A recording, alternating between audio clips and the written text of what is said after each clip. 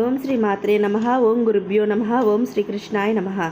అందరికీ నమస్కారం అండి. మాఘపురాణం 15వ అధ్యాయంలోకి వచ్చామండి.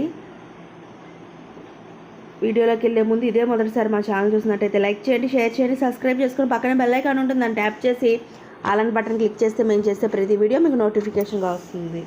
ఇక వీడియోలోకి వెళ్ళిపోదామండి. మాఘపురాణం 15వ అధ్యాయం. పిసినుగొట్టు వ్యాపారికి మాఘమాస ఫలము కలుగుట. వశిష్ఠ మునీశ్వరుడు దిలీప్ మహారాజుకు పార్వతీదేవితో పరమేశ్వరుడు చెప్పిన పిసినారి వృత్తాంతము ఇట్లు తెలియజేసెను. పార్వతి చాలా కాలం క్రిందట దక్షిణ ప్రాంతమందలి వసంతవాయుడను నామము గల పెద్ద పల్లె ఉండెను. అందు ఒక బంగారు సెట్టు అను ఒక వైశ్యుడు ఒకడు ఉండేవాడు. అతని భార్య పేరు తాయారమ్మ. బంగారు సెట్టు వట్టి పిసినిగొట్టు. తనకు పిత్రార్జితంగా సంపాదించి లెక్కకు మిక్కుట ఉన్నది. కానీ అతడు ఇంకనూ ధనాశ కలవాడై తన వద్దనున్న ధనమును వడ్డీలకిచ్చి మరింత సంపన్నుడైను. కానీ ఒకనాడైనా హరినామస్మరణ కానీ దాన ధర్మములు కానీ చెయ్యని ఎరగడు.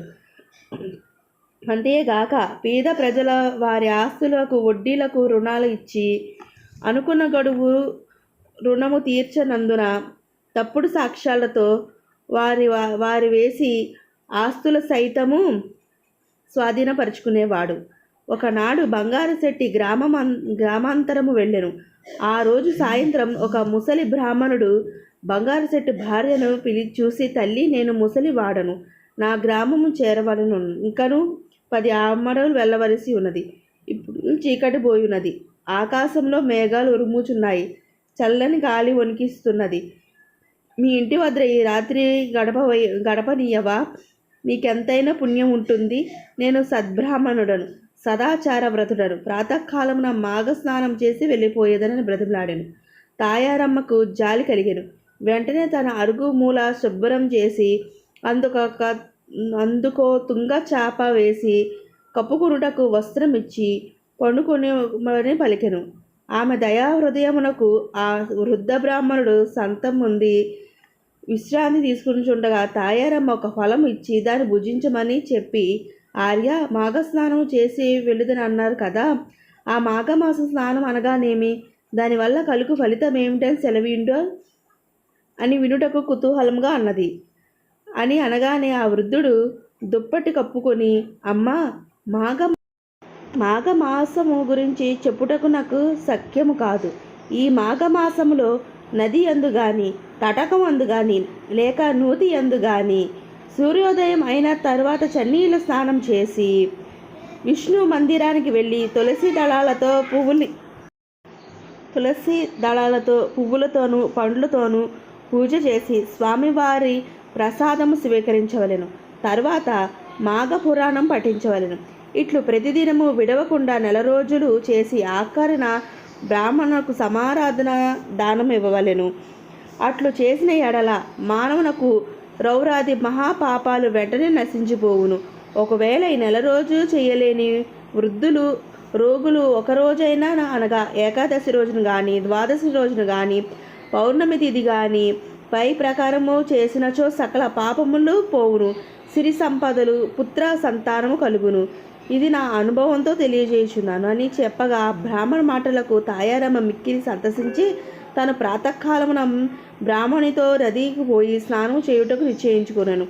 అంతలో పొరుగురికి వెళ్ళిన తన భర్త బంగారు శెట్టి ఇంటికి వచ్చినాడు. అతడు రాగానే మాఘ స్నానం గురించి చెప్పిన తాను తెల్లవారుజామున స్నానం పోవదనని తెలియజేశాను. భార్య మాటలకు సుబ్బిశెట్టి కోపం వచ్చి ఒంటి నిండా మంటలు బయలుదేరినట్లుగా పళ్ళు పటపటా కొరికి, ఓసి వెర్రిదానా, ఎవరు చెప్పినా నీకు సంగతి, మాఘమాసం అననేమి, స్నానం ఏంటి, వ్రతం ఏంటి, దానమేంటి, నీకేమైనా పిచ్చి పట్టిందా?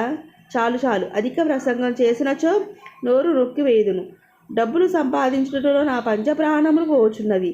ఎవరికి ఒక్క పైసా కూడా వదలకుండా బాకీలు వసూలు చేస్తూ కూడబెడితే దాన ధర్మం చేయుట వెదన.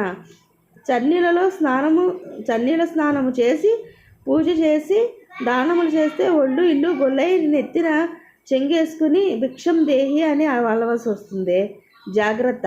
వెళ్ళి పడుకో అని భర్త కోపగించినాడు. ఆ రాత్రి అంతా తాయారమ్మకు నిద్ర పట్టలేదు. ఎప్పుడో తెల్లవారున ఎప్పుడు నదికి వెళ్ళి స్నానం చేస్తున్నా అని ఆతృతగా ఉన్నది. కొన్ని గడియల్లో తెల్లవారినది. తాను కాలకృత్యములు తీర్చుకుని ఇంటికి వచ్చిన వృద్ధిని బ్రాహ్మణుతో మునగు చెప్పకుండా నదికి పోయి స్నానం చేయుచున్నది. ఈలోగా బంగారు శెట్టి పసిగట్టి ఒక దుడ్డు కర్ర తీసుకొచ్చి నదికి పోయి నీళ్ళలోకి దిగిన భార్యను కొట్టబోచుండగా ఆ ఇద్దరు కొంత తడువులో నీళ్ళలో మునిగిరి. అటు పెనుగులాడుచుండగా ఇద్దరు నీళ్ళలో మునగవలసి వచ్చెను. అటులా మునుగటచే ఇద్దరికీ మాఘమాస స్నానం ఫలితం దక్కినది. భార్యను కొట్టి ఇంటికి తీసుకొచ్చినాడు.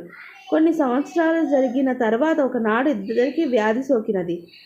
మరికొన్ని రోజులకు ఇద్దరు చనిపోవుటచే బంగారు సెట్టును తీసుకుపోవడానికి యమపట్టలు వచ్చి కాలపాసను వేసిరి. తీసుకుపోచుండి తాయారమ్మను తీసుకుపోవటకు విష్ణుదూతలు వచ్చి ఆమె రథంపై ఎక్కించుకుని తీసుకుపోవచుండిరి. అప్పుడు తాయారమ్మ యమభటులతో ఇట్లు పలికెను, ఓ యమభటులారా, ఏమిటి అన్యాయము? నన్ను వైకుంఠానికి తీసుకుపోవుటకు వచ్చేనారు, నా భర్తను యమలోకం తీసుకుపోవుటకు ఏమిటి? ఇద్దరు సమానమే కదా అని వారిని ఉద్దేశించి అడగగా, ఓ అమ్మ, నీవు మాఘమాసంలో ఒక నదీ స్నానం చేసితివి. అదియు ఆ వృద్ధ బ్రాహ్మణుని వల్ల విని స్నానం చేయగా నీకు ఫలితం దక్కినది. కానీ నీ భర్త అనేకుల హింసించి అన్యాయంగా ధనార్జన చేసి అనేకుల వద్ద అసత్యములాడి నరకమును భయము లేక భగవంతుడిపై భక్తి లేక వ్యవహరించున్నది. అందుకే యమలోకం తీసుకుపోవచ్చున్నామని యమభట్లు పలికింది. ఆమె మరల ఇట్లు ప్రశ్నించను, నేను ఒక నదీ స్నానము చేసినందు నాకు పుణ్యఫలము కలిగినప్పుడు నన్ను కొట్టుచు నా భర్త కూడా మునిగినాడు కదా, శిక్షించుటలో ఇంత వ్యత్యాసం ఏంటి అని అనగా యమభట్టులు సంశయం కలిగి ఏమి తోచగా చిత్రగుప్తుని వద్దకు వెళ్ళి సంగతి ఆమె ప్రశ్నను తెలియజేశాను. చిత్రగుప్తుడు వారి ఇద్దరి పాపపుణ్యములు పట్టిక చూసి ఇద్దరము సమానమైన పుణ్యరాశి అన్నది జరిగిన పొరపాటు చిత్రగుప్తుడు వివరించి బంగారు సెట్టును కూడా వైకుంఠములకు తీసుకుపోని విష్ణుదూతలు చెప్పిరి. విష్ణులోకమున ముందుకు వెళ్ళి ఉన్న తాయారమ్మను భర్త గతి ఏమేను అని ఆతృతతో ఉండగా బంగారు చెట్టు కూడా పుష్పక విమానం మీద తెచ్చి వైకుంఠంలో విడిచిపెట్టింది. భార్యాభర్తలు ఇద్దరు మిక్కిలి సంతసించింది. రాజా, వింటివా? భార్య వల్ల భర్త కూడా ఎటుల మోక్షం కలిగెను. భర్త దుర్మార్గుడై పిసినారి గొట్టైనా వ్యవహరించిన భార్య యథాలాపంగా ఒకరోజు మాఘస్నానం చేసినందున ఇద్దరికీ వైకుంఠ ప్రాప్తి కలిగినది. కనుక మాఘస్నానము 1 రోజులు చేసినచో మరింత మోక్షదాయకం అగును. ఇందులో సందేహం లేదు. ఇట్లు మాఘ పురాణం 15వ అధ్యాయం సంపూర్ణం.